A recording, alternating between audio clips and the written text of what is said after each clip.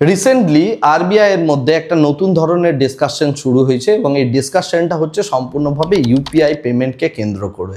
এতদিন অবধি আমরা যে ইউপিআই পেমেন্ট করি সেই ইউপিআই পেমেন্টের ক্ষেত্রে কোনো রকম পয়সা চার্জ করা হয় না, অর্থাৎ এটা সম্পূর্ণভাবে ফ্রি অফ কস্টে করা হয়। কিন্তু এই যে ইনফ্রাস্ট্রাকচারটা, এটা চালানোর জন্য একটা রীতিমতো কস্ট রয়েছে বা খরচা রয়েছে।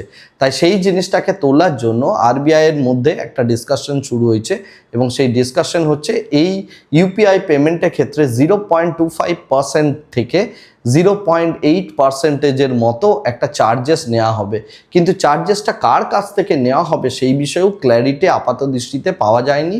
পুরো বিষয়টাই এখনও ডিসকাশন ফেজে রয়েছে এবং হয় এটা মার্চেন্টের থেকে নেওয়া হবে, না হলে যিনি পেমেন্ট করছেন তার থেকে নেওয়া হবে। সব থেকে সহজভাবে বলতে গেলে যেটা বোঝা যায়, 2000 টাকার কাছাকাছি আপনি যদি ট্রানজ্যাকশন করেন, এখন সেখানে ট্রানজ্যাকশন কস্ট আপনার পড়ছে হয়তো 0, কিন্তু পরবর্তীতে এখানে ট্রানজ্যাকশন কস্ট পড়তে চলেছে 5 টাকার মতো, অর্থাৎ 0.25-এর ক্যালকুলেশন যদি আমরা করি। তো সুতরাং আগামী দিনে ইউপিআই ট্রানজ্যাকশন কিন্তু আর ফ্রি থাকবে বলে মনে হয় না। যেহেতু ডিসকাশন শুরু হয়েছে, আজ নয় কাল না হলেও 2 বছর পর গিয়েও এই বিষয়টা ইমপ্লিমেন্ট হতে চলেছে।